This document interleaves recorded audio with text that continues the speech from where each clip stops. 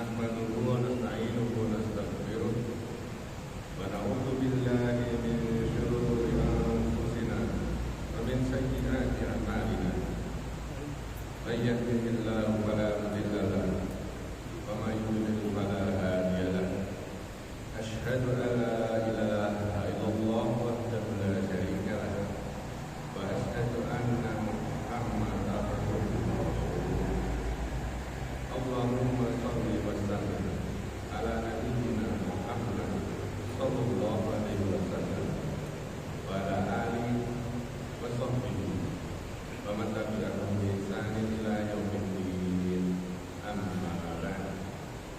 Jamaah salat dan rahmat Allah, segala puji kehadirat Allah Ta'ala atas limpahan nikmat dan karunia-Nya yang tidak terkira, yang tidak akan mungkin kita bisa menuju. Dan salawat serta salam bagi junjungan kita Nabi Muhammad Sallallahu Alaihi Wasallam, manusia terindah yang pernah Allah ciptakan di atas muka bumi, yang menjadi panutan kita semua sebagai kaum muslimin untuk menempuh jalan-jalan selamat di dunia dan di akhirat. Jamaah salat dan rahmat Allah, melanjutkan materi yang kemarin, 5 hal yang bisa kita tempuh sebagai orang Islam saat mendapati kesulitan. Yang pertama adalah memperbanyak istighfar, baik itu perkataan astagfirullah, astagfirullahaladzim, astagfirullah wa atubu ilaih. Yang kedua, membaca doa Nabi Adam. Saat beliau menzalimi diri sendiri, maka beliau Allah berikan petunjuk untuk berdoa, Rabbana zalamna anfusana wa illam taghfir lana wa tarhamna lanakunanna minal khasirin. Yang ketiga, doa Nabi Yunus, di mana Syekh Al-Badr beliau mengatakan di saat-saat genting seorang hamba mengalami kesulitan pada masalah-masalah di dunia, maka disunahkan untuk memperbanyak doa Nabi Yunus ini yang bunyinya La ilaha illa anta subhanaka inni kuntu minadh dhalimin. Yang keempat, memperbanyak zikir tanaman surga, yaitu zikir yang berbunyi Subhanallah, Alhamdulillah, wa la ilaha illallah, Allahu Akbar. Yang kelima, memperbanyak zikir Subhanallah wa bihamdihi. Dalam sebuah hadis disampaikan bahwa zikir Subhanallah wa bihamdihi itu menggugurkan dosa-dosa.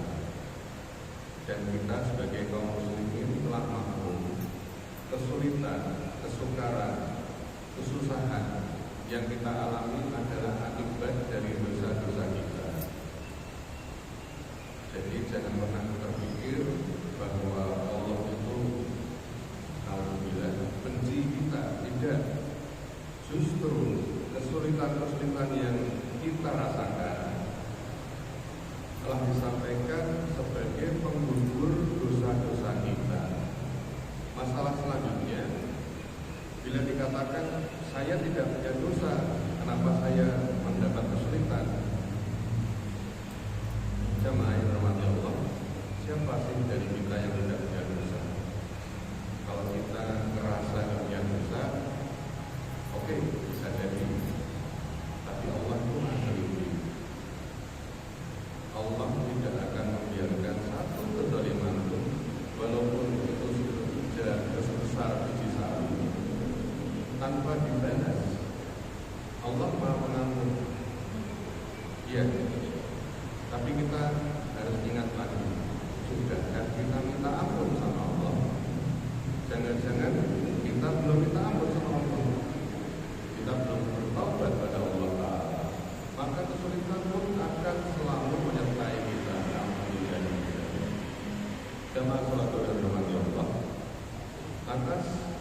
Bagaimana melaksanakan zikir-zikir dan doa tadi? Dibaca berulang-ulang saat kita mampu, saat kita sedang diam menunggu bis, saat kita mungkin sedang diam menunggu lampu merah di perempatan, atau mungkin saat kita sedang menunggu ban kita di apa itu, bikin gas botol, ditambal, mau bilang ditambal atau mungkin saat kita menunggu membayar sesuatu di kasir, atau mungkin kita sedang menunggu antrian, laksanakanlah zikir-zikir dan doa-doa tadi. Dan jamaah selalu rahmati Allah, andai saja ada orang yang skeptis, sinis, perkara yang telah Allah turunkan, sekarang kami katakan, anggap saja neraka itu tidak ada. Silahkan mau sekenanya seperti apa, berbuat, mau nggak karuan, monggo. Semua orang itu kan akan mengalami kematian. Sebagaimana Allah Ta'ala firmankan, kullu nafsin dha'iqatul maut. Semua yang bernyawa pasti akan merasakan kematian. Kalau orang-orang yang sinis dengan perkara surga neraka, gara-gara mana bentuknya surga kayak apa, neraka kayak apa, kan nggak ada buktinya. Kita katakan satu, listrik itu ada. Pernahkah kita tahu bentuk listrik itu seperti apa? Tidak tahu. Kalau mau main-main dengan kabel yang beraliran listrik, pegang mesti kesetrum. Mulai yang cuma 1 volt sampai yang 10.000 volt, tidak berwujud tapi ada. Jadi kalau ada orang mengatakan, saya nggak pernah tahu surga neraka bentuknya seperti apa itu ada. Alhamdulillah, itu ya Rasulullah. Mati, ternyata neraka itu ada. Kok tidak? Maka dulu, ternyata ada. Alhamdulillah kita lihat. Dia disiksa oleh Allah, alhamdulillah. Dan sebagai seorang muslim, wajib baginya untuk meyakini keberadaan surga dan neraka. Jamaah salat rahmati Allah, kiat selanjutnya untuk keluar dari kesulitan yang paling mudah adalah bagi seorang anak berbakti kepada orang tuanya. Tidak mesti dengan materi, tidak mesti dengan uang. Mungkin ada, alhamdulillah, sebagian orang tua yang bilang, Rene yo duit. Ya mungkin beliau mampunya seperti itu. Tapi saat kita perhatikan sandalnya kok sudah tipis, kita belikan, insya Allah pasti seorang tua itu senang. Dan menyenangkan orang tua adalah salah satu kunci kita terbebas dari kesulitan di dunia dan insya Allah di akhirat. Apabila orang tua sudah meninggal, bagaimana? Kita doakan ampunan seperti doa yang kita sama apa? Perbanyak doa Rabbi firli wali walidayya warhamhuma kama rabbayani shaghira. Selanjutnya perbanyak sedekah.